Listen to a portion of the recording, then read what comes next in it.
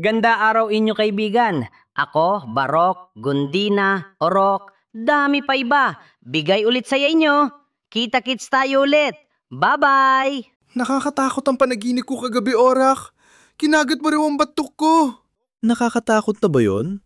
Para kinagat ko lang batok mo eh. Oo naman, Orak. Bakit naman baro? Kasi Orak, sa panaginip ko, isa ka raw ahas.